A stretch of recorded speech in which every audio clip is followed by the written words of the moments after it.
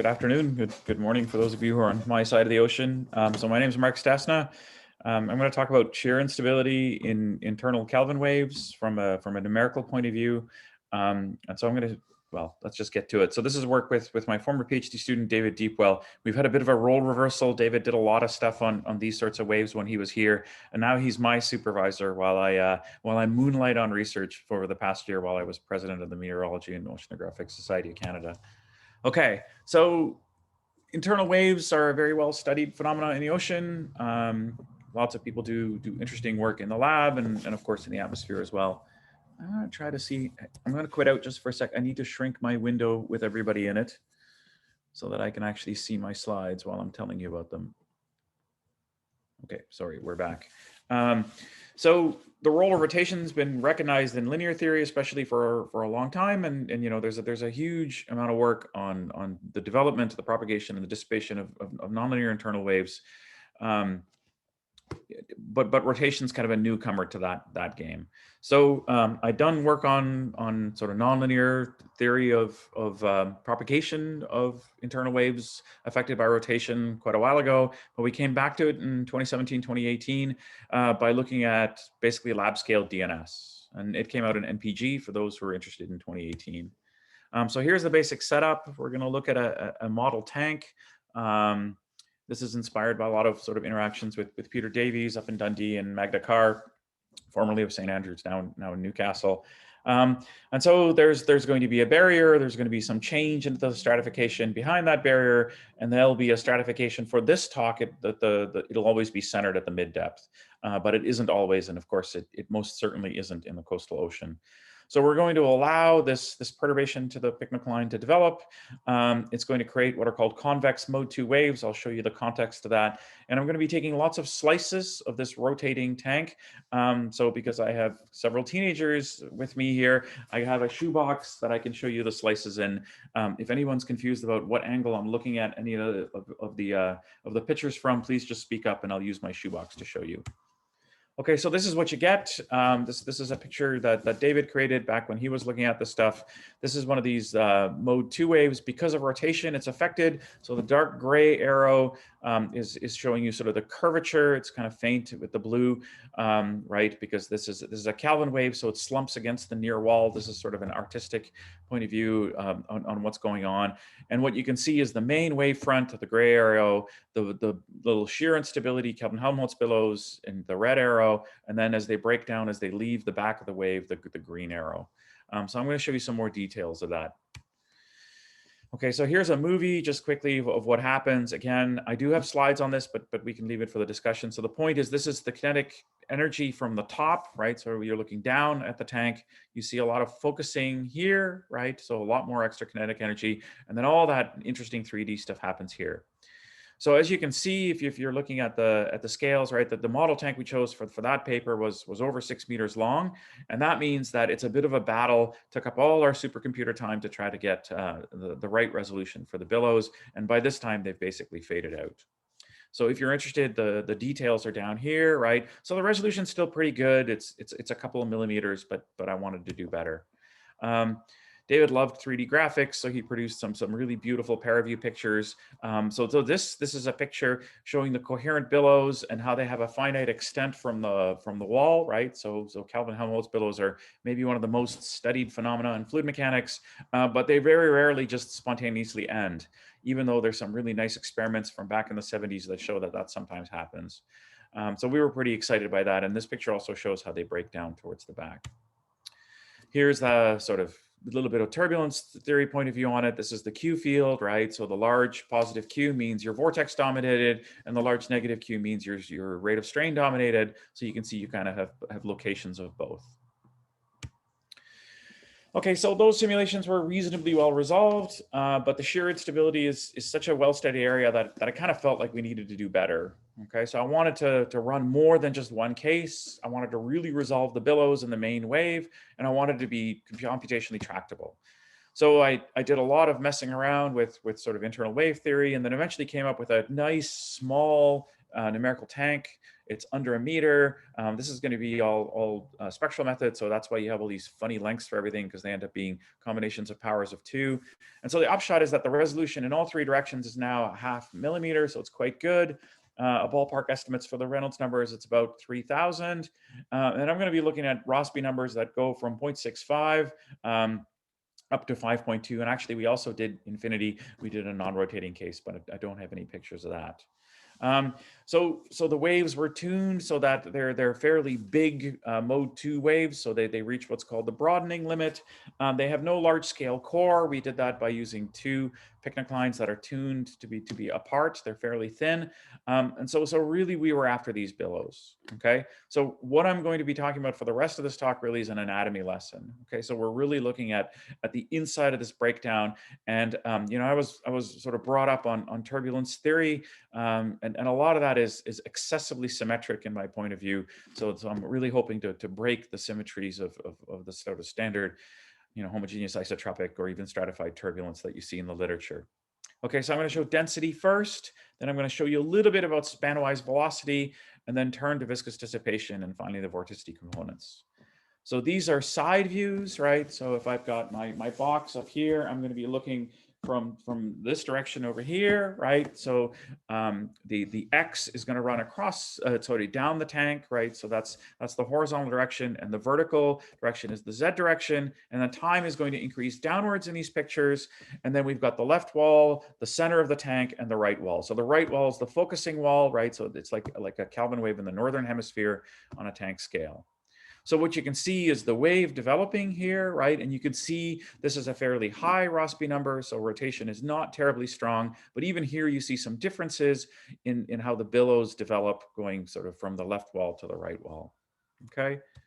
If you now decrease the Rossby number, so you make the rotation stronger, this is still sort of well within reach of modern experimental facilities. You can see profound differences. If you contrast the left wall to the right wall, you really will see big differences. And there's some real surprises here, okay?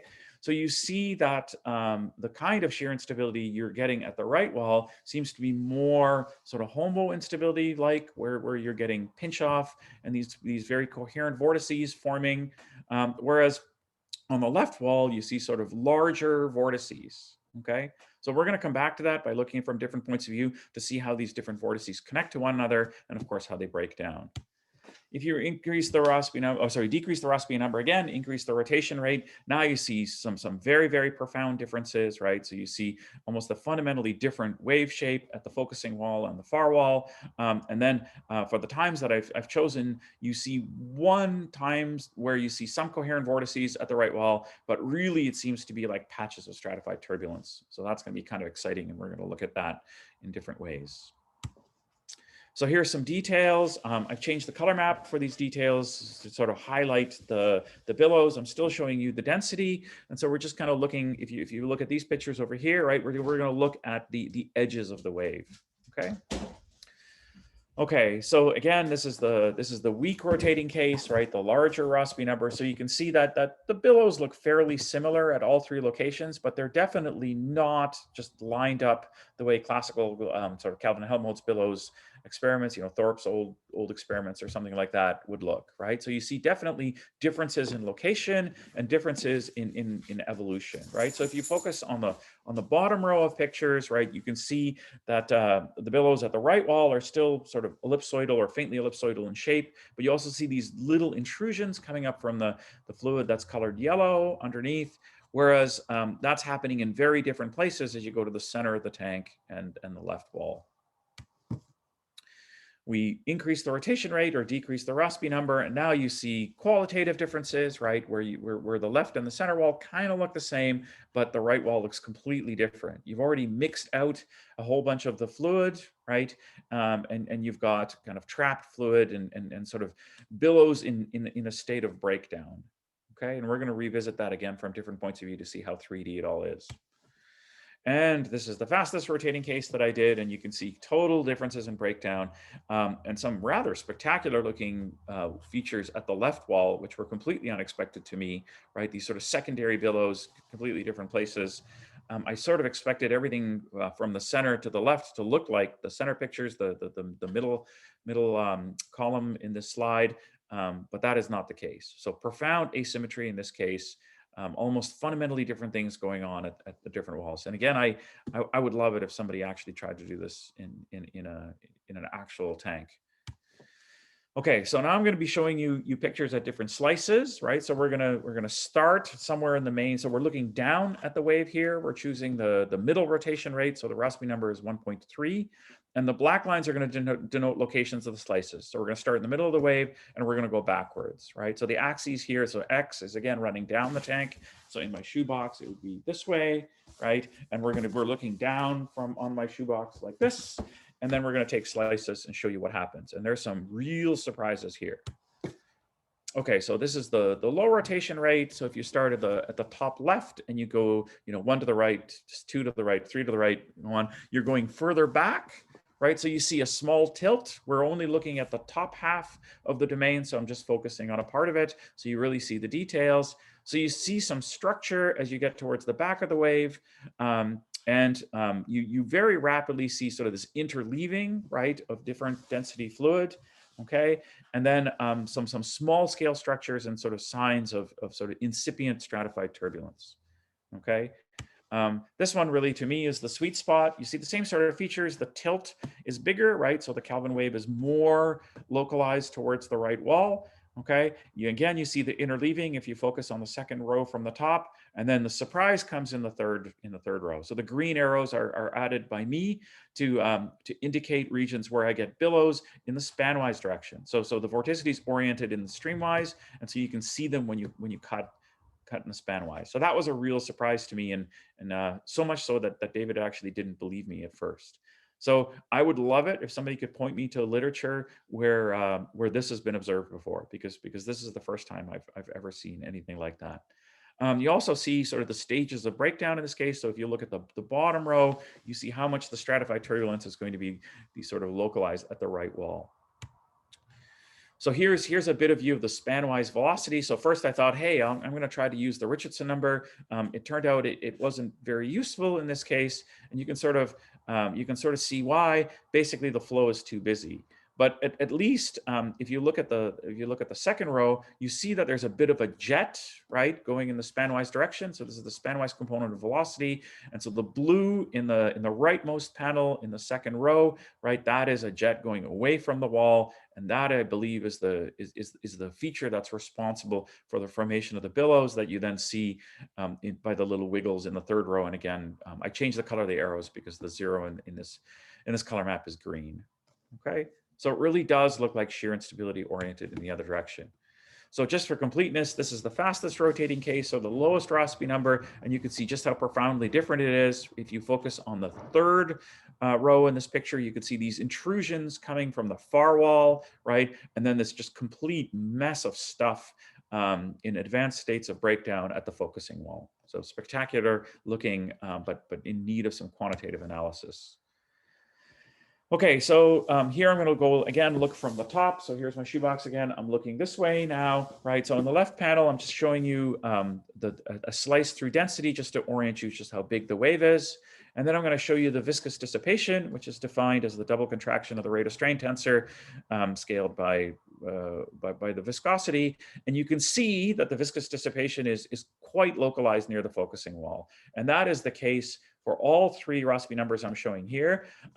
There are always some features that run all the way across the tank, so that was kind of neat. But they kind of break down as the rotation really intensifies things. So if you focus on the bottom right picture, right, you see this massive patch of red, which is the most viscous dissipation, and that is the most turbulent. That's my turbulent patch of fluid. So I'm going to show you some somewhat artistic pictures of this now. So this is the viscous dissipation. We're looking from the top again, and I'm averaging vertically, so you can see it in a nicer color map. And so now you really see this intensification of the stratified turbulence near the focusing wall when the rotation rate is increased. And you also see kind of these features, these wisps and features as you go across the tank. So I really like these pictures, very nice. Okay. Now I'm going to show you the vorticity component. So the vorticity is the curl of the velocity vector. So the omega sub x squared is the magnitude in the streamwise direction. Omega y squared is in the spanwise direction, which is what would be the dominant piece if rotation was turned off. And then omega sub z squared is the swirl or the vertical component. So you can see that the streamwise and vertical components are both localized near the focusing walls, but somewhat interestingly, there are some features near the far wall as well. Here it is again. Now as a streamwise mean, so now we're going to be looking at from this direction of the shoebox, right? We're going to average so that we see sort of where we are in height, right? So again, what's kind of interesting here is how different the omega sub x squared and the omega sub z squared are from the omega y squared. So really the omega sub y squared tells you where the wave is, and everybody else tells you where the advanced stages of turbulent breakdown are. So now we're going to up the rotation rate, and we see considerably more features. So if you kind of look at this, right, and you look again, you see that you've moved up, right, and you're getting a lot more localized features. So just by making the rotation rate larger, you're getting more sort of localized bits of entropy, basically, right? And this is a decomposition of entropy into its pieces. So let's do it again, right? So here's the streamwise mean for Rossby number 1.3, and then here the green arrows indicate the traces of the billows. So I thought that was very nice. And here it is again for the fastest case, and now you see you're completely dominated by the stratified turbulence. Okay, so again, you're looking at from this way, right? And so, sorry, this is the top view first. So you're looking top down, and you see the localization near the far wall, and then now you're looking from the end, and again, you see this sort of blob of stratified turbulence that's developed at that wall. So it's a really nice way to look at sort of intermittency and all sorts of other non-textbook turbulence effect just by including rotation.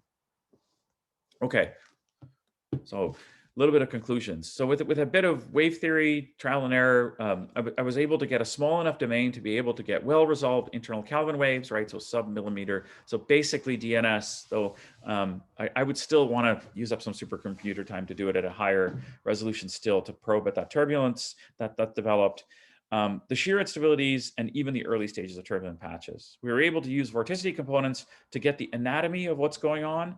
This included streamwise billows, which were new to me. And I would love to hear about papers where other people have looked at that, and near wall localization of turbulent patches. So the scale up to field scale is complicated and difficult, right? So first of all, you need to think about where you might see this, right? So typical studies of Kelvin waves going along coasts might include, complicated effects of rough coasts, and that would be a no-no. So maybe an internal Kelvin wave leaning on a shelf somewhere might give us something like this. The details are almost certainly sensitive to standard ocean model parametrizations, right? So I'm using a spectral model called SPINS that's developed in our group.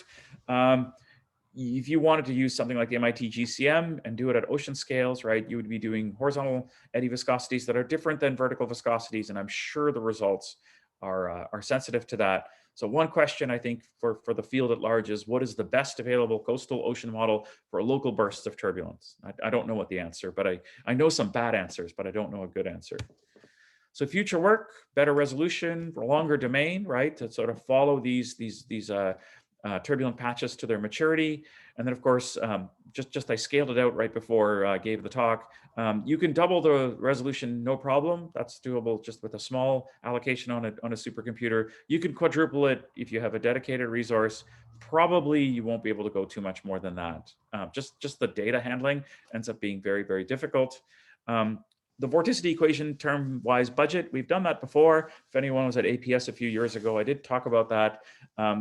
That would be interesting, just to kind of compare vortex stretching and tilting to baroclinic production. And then I'd like to introduce dye to track entrainment, right? So if you're going to go to all the trouble to have sort of this non-classical homogeneous isotropic turbulence, right, to have these patches, you should do a little bit about something cool like entrainment. And we just haven't, well, I haven't found the time to do that, but at some point I will.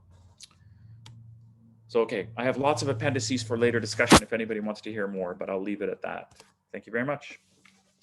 Thank you, Marek. Very nice talk. Thank you very much.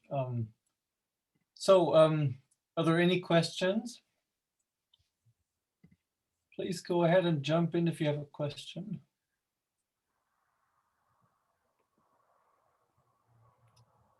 Okay. Could I ask something, Marek? You said that you were interested in maybe doing experiments so I guess since you have rotation, that would be on a rotating tank. Am I right about that? Yes, yeah. So we have a small one. Well, I haven't really been allowed back in the lab, but we do have a small tank that, and I have done some sort of very basic games with that. But it'd be good to have something like a 2 meter rotating tank. We had a visitor from Japan who has a 5 meter tank in his lab, but I mean, obviously everything changed, right, in terms of getting out to try some of this stuff out. Isn't there a tank? I think it was at Geneva or somewhere in Oh, Switzerland. Grenoble has a huge rotating Yeah. tank. Yeah. So, but I mean, you need to put in long, complicated proposals for things like that. I mean, I am very much a curiosity-driven researcher, so I sort of prefer, you know, just trying it out and then maybe committing to asking for large resources. But so the Kelvin wave. I mean, so the rotations are the essential thing, and that sort of right. So the rotation gives you that tilt. So it's here. If you look at this, right, it gives you that focusing where sort of most of the action ends up being at the one wall, right? So if you don't have rotation, you get waves kind of like this, which end up, you know, being they're interesting, but they're not focused. So if you want these localized patches of turbulence, like something like this, right, you really, the rotation is the means to provide that. I have a question. I would like, if I remember well, I'm not an expert on internal wave, but the Kelvin-Helmholtz instability is basically an inviscid instabilities, right? Yeah. So, and then if I remember well, no, every time you add rotation, for example, in pipe turbulence, you know, if you add rotation, you know, in a rotating pipe, you know, the flow goes unstable. So there is a natural linear instability induced by the rotation. So now you're talking about the shear instability. So which means it means viscous instabilities, right? So how does the instability develops? Yeah, okay. Well, that's all right. Here, hang on. Let me see if I can find a picture for you. So, I mean, okay, it's complicated, right? So the point is, I'm a nonlinear waves guy by background, so I do tend to teach a lot of linear theory, but I don't tend to do a lot of it. So most of my waves are definitely pushed to the nonlinear limit. So a lot of what you're asking would be much better addressed by a different set of numerical experiments with smaller waves. But for most of this stuff, right? I mean, look at the interleaving in this picture, right? So just look at all the different colors, right? So I thought long and hard about what I could apply to this. But if you just look at where the arrow is, where my cursor is right now, look, there's these thin layers. So you basically, you know how in your talk you did the frozen instability? Yeah. This is all statically unstable, right? Statically unstable, yeah. Right, because so see this bright layer over here, right? Underneath it, right, you have stuff that's less dense. So if you were to freeze this by magic, you get Rayleigh-Taylor instability instantly. Yeah. But pretty clearly, when you look down here, look, you know, one panel down, that's not what develops, right? Yeah. So, but I think as far as viscosity is a passenger here, right? This is, I mean, you need some viscosity to keep, you know, the model wouldn't like it very much if I turned off viscosity, but I could. And you will still get instability. You will still get the breaking will still occur. Yeah. No, I was talking about more the onset of breaking. So what is the predictor and the onset of the breaking? Gee. Okay, well, that's what I meant. Okay. That's a whole separate talk, right? So yeah, David was giving me grief about this. Okay, so just quickly, nonlinear wave theory says that these as I give them more potential energy behind the barrier, these waves can't keep growing forever. Okay, so they kind of flatten out, right? So this is called the broadening limit of internal waves, and I've done work on this. Kevin Lamb's done work on this in my department in the past. But if you give it a lot of energy, you get a lot of shear back here, and that's where the instability kicks in. So there's an old hypothesis in the ocean literature to this, and we did work on this, but it's a good question, but it's a whole other talk about why here, and, you know, spacing, timing, all that kind of stuff. So we can chat offline or maybe in the discussion if you're interested in that. Thank you. It's a fascinating problem. Yes, it is. Morteza, did you have a question? I did. So very quickly, so you mentioned you would like to have a high resolution for this case. So Yeah. I was wondering what kind of physical motivation, the motivation for you, do you have any criteria to find you need more resolution, or do you see the convergence in terms of statistics or larger picture? Well, that is a good question. I have convergence of budgets because I've done vorticity equation budgets, so that part is okay. I guess it was just if I really wanted to think about how fluid is entrained into this sort of focused stratified turbulence region, I guess I feel, what people will say, right? They say you should get the Kolmogorov scale and the Bachelor scale. But then if you have a flow that isn't isotropic, what's the right way to estimate those, right? So I think it's just my sort of inner caution saying I'm pretty happy with how this is resolved. If I wanted to follow it longer and really see whether this patch could efficiently pull in fluid from outside, I would want more resolution. So it's not I don't have sort of formal requirements. Yeah, I mean we are. So myself, I talk to Pete Diomedes a lot at Cornell, and we're sort of pushing the limits of what you can resolve, and even in many ways pushing the limits of what these models can do, right? Once you push past a certain resolution, there are going to be aspects of your numerical model that are going to start being, right? So for spectral models, it's always in the filter, Sure. right? So it depends on the kind of spectral filter. Yeah, the numerical error, yeah. Is he did a lot of explorations of how different spectral filters affect results. And these results aren't affected by that, but I think if I follow them further, I just want to be careful, that's all. Sure, thank you. Adele, did you have a question? Yes, a quick one, thank you. Would you say the same thing with the first mode wave? Okay. Right. So why am I using mode 2 waves? So mode 2 waves are very experimentalist friendly. They in many ways, I control the horizontal scale of these, right? So if you were to do a mode 1 wave, they'd be faster, right? The shears would be stronger. So Will Zhu and I did a paper on sort of breakdown shear instability in mode 1 waves. But that really did max out our supercomputer allocation. So I really wanted something somebody could do in a reasonable sized rotating tank.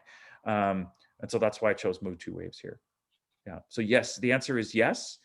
It would just be a little more costly. David and I did a lot during his thesis to explore mode 1 waves, and was it Hugo Ulloa did some work on this, but just some communication with Hugo suggested it's really, really hard to resolve the patches that come out of mode 1 waves.